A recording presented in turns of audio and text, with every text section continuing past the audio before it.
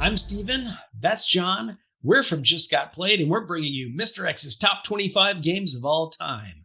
So what does that mean? Well, you can go back and watch the first video in this series if you want to learn a little bit more about it in detail. But essentially, I surveyed a bunch of people for their top 50 games of all time, used an algorithm to distill that down to this aggregated top 25 list. And so we are almost at the end of the list now.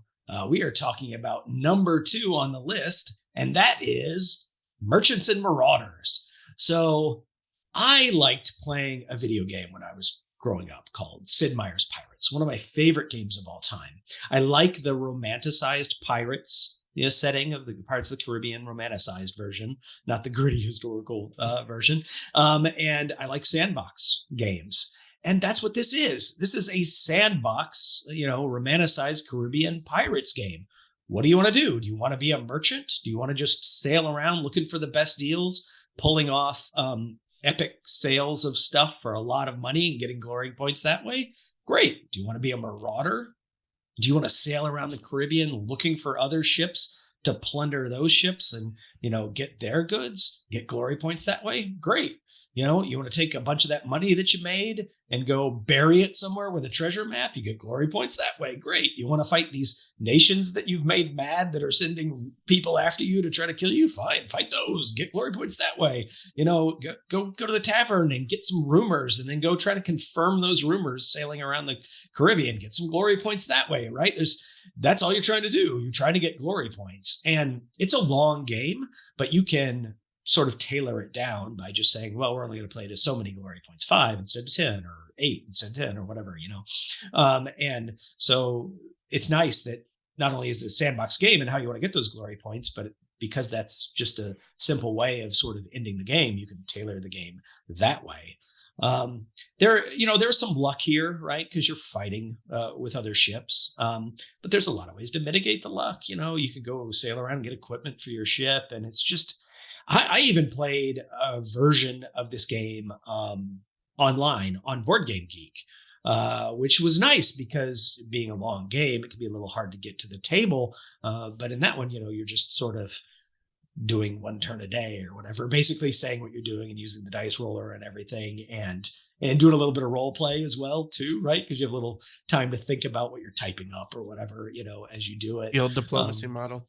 Yeah, exactly. I like games like that where you have sort of the time in between to think about and do stuff. And then of course it's also not just a giant time commitment. This game easily is a 3-hour game when I set this up at my house for people to play. And that's just 4 players. So it is sort of, it's not really a game night game so much as an event game, right? I have to find people and say, hey, let's play this game on this day. And because it's not the kind of game where, like, if I went and set this up at the game store, I don't think people would sit down and be like, all right, let's play this, because it looks like sort of an epic game, so it is something that I sort of have to special schedule, but I do that because it's worth it, because I love this game, Merchants and Marauders.